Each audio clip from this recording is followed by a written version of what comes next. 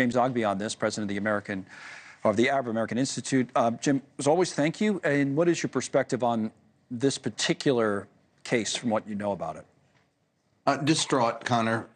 Distraught because I see the unraveling of cherished freedoms and the liberal values of academic freedom and personal rights that we've long adhered to. And we've seen this administration dismantle a whole bunch of other programs. It took a generation to get those programs and those rights guaranteed. It's going to take us a generation to get them back, but he's dismantling them in just a matter of weeks. And it's very disturbing. And this young man certainly does not deserve this treatment. He's been made a scapegoat for Republicans, for the president, for groups like the Anti-Defamation League, to crow that they've won a victory. They haven't. They're going to ignite a whole new round of protest, and it's justifiable protest. This is fundamentally wrong what's happening here. Well, we've been talking a lot, this administration actually talks a lot, sometimes more overseas than here, it seems, about free speech, right? And then it's the obvious conclusion from watching something like this, I suppose, is like, well, free speech only that you agree with? I mean, that's what people said on the other side in different circumstances in the last administration. Yeah, I've been scouring all day to find out anything he said in the last year that warrants this. And frankly, there's nothing. And that's really the disturbing part here, is that not only a violation of free speech, but it's a violation of free speech based on no speech at all. You mean on social media and things? Because I guess that's what they were saying, that he participated in the protests themselves, I was reading. Participated in the protests, yeah. Right. But then he circulated a bunch of stuff on social media. I know he says he didn't really do much of that. Right. So. Exactly. And so, but here's the question. We don't know where he is right now. As a green card holder, he's entitled to due process. His lawyer can't find him. His wife can't find him. They've told him he was here in Elizabeth, New Jersey. Then they said he was in Louisiana. He may already be deported. This administration operates with impunity, and we're seeing an example of it right now. They said, they were so supposedly earlier, they did say federal prison, but then you're right. I think we had a reporter up there, and she was saying that the family wasn't sure if that was true, if that Louisiana prison was where he is. And he hasn't had the chance to consult with an attorney at all. This is disturbing.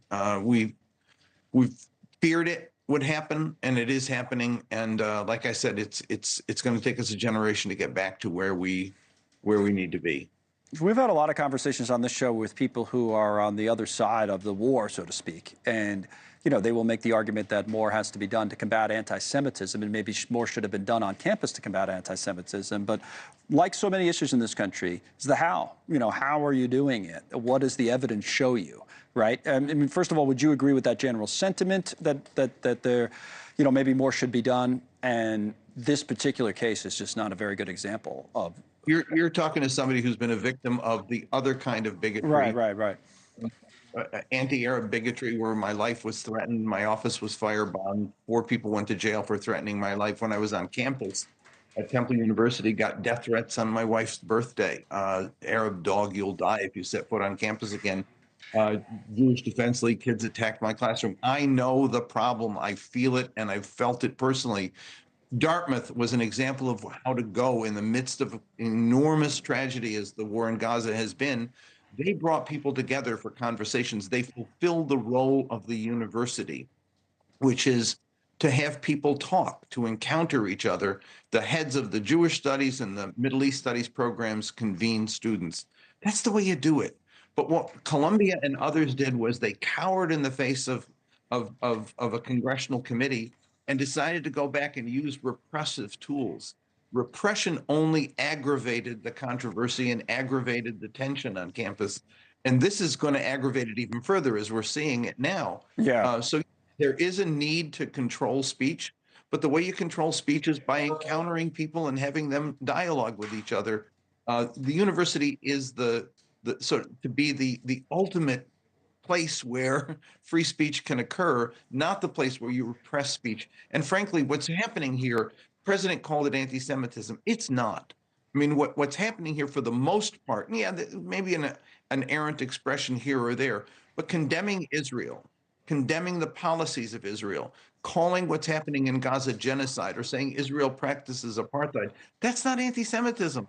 That's actually a description of policies that are being pursued that are endorsed by major human rights and civil rights organizations internationally and domestically here and in Israel.